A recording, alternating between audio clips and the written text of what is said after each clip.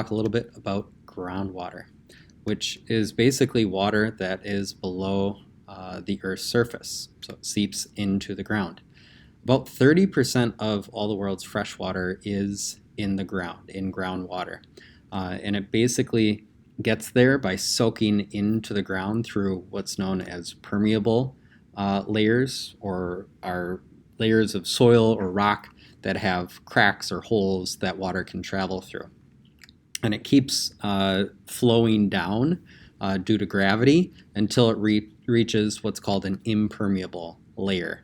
So it might be clay or a more solid rock type that doesn't allow water to soak into or pass through it in any way. The very top of that layer that's full of water is known as the water table, and that does change and vary throughout the year. During drier seasons, that water table will be lower. During wetter seasons or wetter times of the year, that water table level will be higher. Underground areas that are basically kind of holding tanks for groundwater are known as aquifers. And I have a little map here. All the different colored areas are different aquifers in the lower 48 states. So you can see that there are many different areas for groundwater to be held in the United States. And if you're in an area that doesn't have sufficient groundwater, then you have to get your fresh water from a different source. So that might be a surface water area, like a river or maybe a reservoir or a lake or something like that. So you can see lots of groundwater kind of spread throughout the country, but then there's some areas that maybe have less or very little groundwater.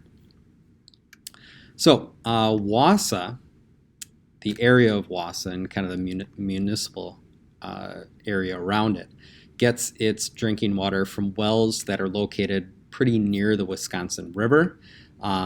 So I know sometimes people say, I have my own private well. I live in the country, and that's totally true.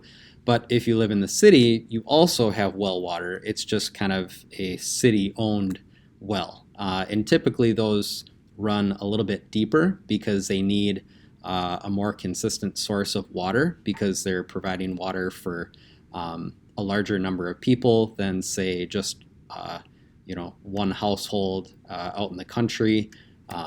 If you use your water and you don't use too much of it, usually you don't have to worry too much about running low or running out of water, although that can happen.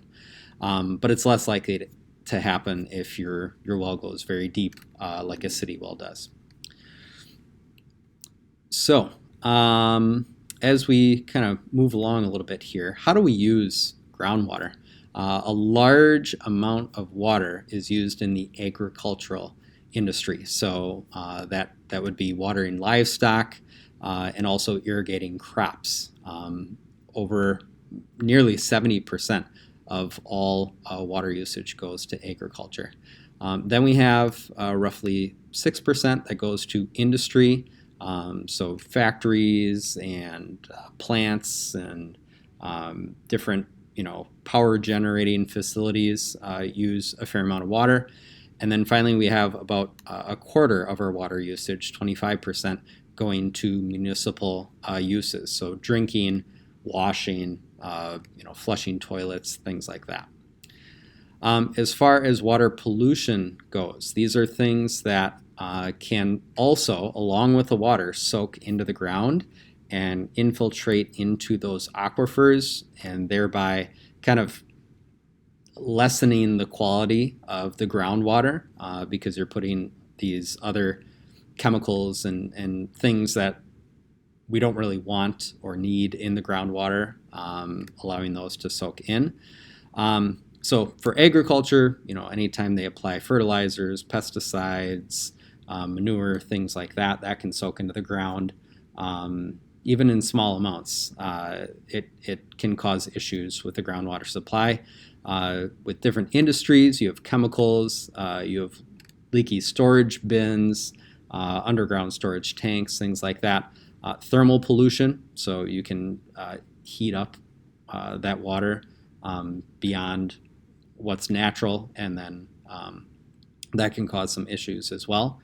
Municipal areas, you can have chemicals applied to lawns, leaky septic tanks, and then there's also coastal pollution in areas that have, ocean access. So different types of pollution.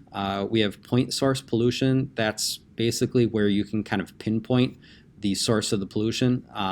So like a toxic chemical leaking into a groundwater supply, usually that has one source. You can find the company responsible for that, or maybe the holding tank that's leaking that's responsible for that.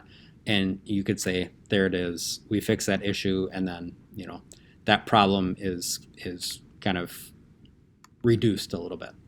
Non-point source pollution is where you have multiple sources of pollution coming into a groundwater situation.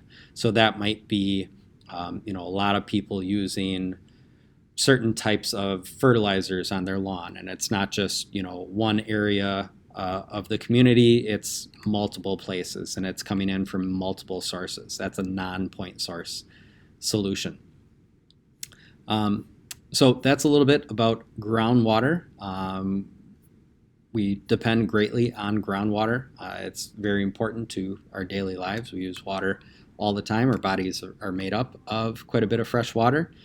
So that's a little bit about groundwater.